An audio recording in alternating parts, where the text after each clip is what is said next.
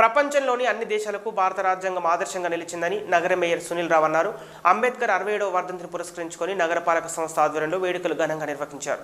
ఈ మేరకు మున్సిపల్ కార్యాలయ ఆవరణలోని అంబేద్కర్ విగ్రహానికి నగర మేయర్ సునీల్ రావు, కమిషనర్ భువనగిరి శ్రీనివాస్, కార్పొరేటర్లు, ఉద్యోగులు హాజరై పూలమాలతో నివాళులర్పించారు. భారతదేశంతో పాటు అన్ని వర్గాల సంక్షేమం కోసం అంబేద్కర్ చేసిన సేవలను స్మరించుకుంటున్నారని సునీల్ రావు అన్నారు.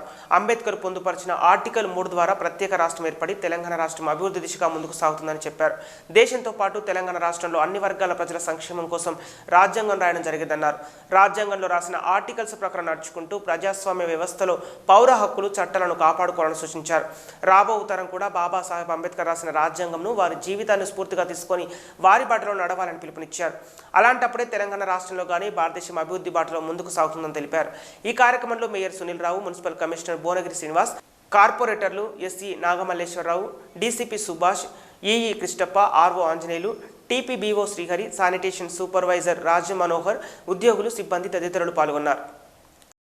భారత రాజ్యాంగ నిర్మాత డాక్టర్ బాబాసాహెబ్ భీమ్రావ్ అంబేద్కర్ గారి యొక్క వర్ధంతి సందర్భంగా ఈరోజు నగరపాలక సంస్థలో ఘనంగా కూడా వారికి నివాళులర్పించడం జరిగింది.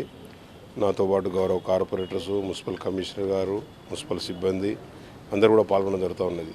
ఇదైతే అంబేద్కర్ గారు రచించినటువంటి రాజ్యాంగం మన రక్షగా ఉండడం వల్ల మరి భారత ప్రజాస్వామ్యం ఈరోజు గొప్పగా కొనసాగుతూ ఉన్నది.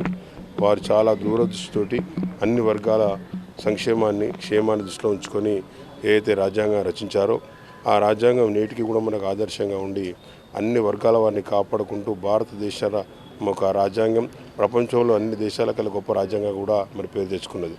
మరి ఈరోజు తెలంగాణ రాష్ట్ర సాధనే కావచ్చు, మరి వారి అయితే ఆర్టికల్ 3 పొందుపరచడం వల్ల ఈరోజు తెలంగాణ రాష్ట్రం కూడా సిద్ధించబడి మరి మనం ఎంతో స్వేచ్ఛగా మరి మన తెలంగాణ రాష్ట్రం అభివృద్ధి దిశగా ముందుకు పోతూ ఉన్నది.